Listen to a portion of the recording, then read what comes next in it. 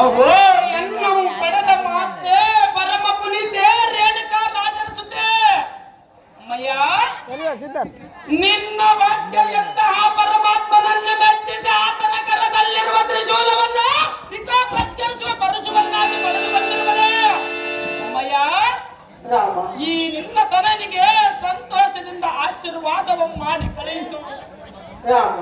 ಅಮ್ಮಯ್ಯ ತಾಯಿಯ ಮಾತನ್ನು ಕೇಳಿ ಹರನನ್ನು ಒಲಿಸಿ ಪರುಷವನ್ನು ಪಡೆದುಕೊಂಡು ಬಂದಿರುವೆಯಾ? ಹೌದು ಮಾತೆ. ಅಯ್ಯೋ, ನಿನ್ನನ್ನು ಏನೆಂದು ಆಶೀರ್ವಾದವನ್ನು ಮಾಡಬೇಕು ಪುತ್ರ ಕೋಮಲ ಭಕ್ತ. ಅವೋ ಎನ್ನ ಪಡೆದ ಮಾತೆ ಏನಿದು ನಿನ್ನ ಮನೋವತೆ? ನಿನ್ನ ಕಣ್ಣುಗಳಲ್ಲಿ ನೀರು ಸುರಿಸುವುದಕ್ಕೆ ಕಾರಣವೇನು ಜನನಿ ತ್ರಿಲೋಕ ಭಾವನೆ?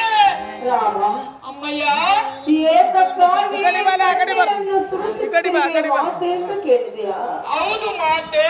ನಾನ್ಯಾವ ತಪ್ಪು ಮಾಡಿದನೆಂದು ನನ್ನನ್ನು ಕೇಳುವುದಕ್ಕಿಂತ ನಿನ್ನ ಹೆತ್ತಪ್ಪನನ್ನು ಕೇಳು, ಆತನೇ ನಿನಗೆ ಉತ್ತರವನ್ನು ನೀಡುವನು ರಾಮ.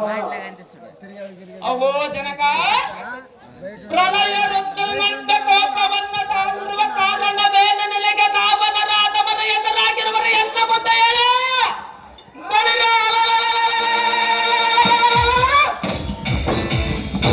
ಅವನ ಶಿರವನ್ನು ಈ ಪರಶುವನಿಂದ ಕರೆದು ನಿನ್ನ ಪಾದಾರವಿಂದಕ್ಕೆ ಸಂದರ್ಪಿಸುವನ ಜನಕ, ಜಗತ್ ವಿಖ್ಯಾತಿ ಕಾಂತಿ ಕನಕ.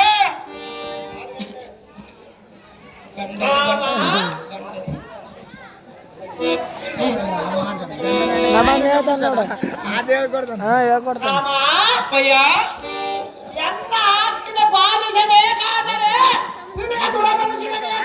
ಗಂಡಗೆ ಗಂಡಿಗಲಿ ಈ ಪರಶುರಾಮನ ದೃಢಬಲದಲ್ಲಿ ನಿನಗೆ ಅನುಮಾನವೇ ಬಂದೆ? ಗಂಡುಗಲಿಯಾದ ಗಂಡುಗರು ರಾಮ, ಆಗಾದರ ಪ್ರತಿಕ್ರಿಯೆಯನ್ನು ಮಾಡುವೆಯ ತಂದೆಯ ಮಾತು ಬೇರೆಯಲ್ಲ ಎಂದ.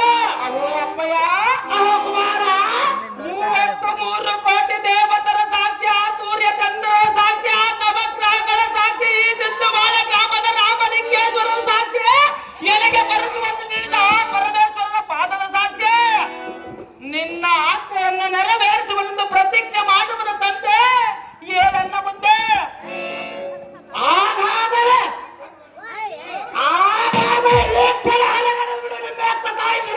ಅಯ್ಯೋ ಶಿವ ಶಿವ, ಇದೇನು ದುರ್ಭವ? ಹೇಗೆ ರಾಮ ಮೌನವಾದಿ? ವಚನ ಕೊಡುವುದಕ್ಕಿಂತ ಮೊದಲು ಆಲೋಚನೆ ಮಾಡಬೇಕಾಗಿತ್ತು. ಈಗ ನಿನ್ನ ವಚನ ಏನಾಯಿತು? ಗಂಡುಗರ ರಾಮ ತೋರಿಸಿರುಮೆಯ ಪರಾಕ್ರಮ. ಅಯ್ಯೋ ಶಿವ ಶಿವ, ಕೈಲಾಸ ವಾಸ ಈಶ ಮಹೇಶ ಪರಮೇಶ, ನಾನೆಂತ ಪ್ರತಿಜ್ಞೆಯನ್ನು ಕೈದಿರುವನು?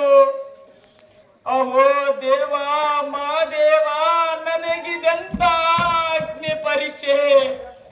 ಅಮ್ಮಯ್ಯ, ಈ ಎನ್ನ ಎತ್ತ ಮಾತೆಯ ಶಿರವು ತೆರೆಯುವ ಸಮಯವು ಬರುವುದೆಂದು ಹೇಳಲೇ ಮರೆಮಾಚಿದರೆ ಅಮ್ಮ ಭೂದೇವಿ, ಎತ್ತ ಮಾತೆಯ ಶಿರವನ್ನು ತೆರೆಯುವುದು ಎನ್ನಾದ ನಿನ್ನ ಮನಕ್ಕೆ ಒಪ್ಪಿದೆ, ಎನ್ನಾದ ನಿನ್ನ ಮನಕ್ಕೆ ಒಪ್ಪಿದೆ.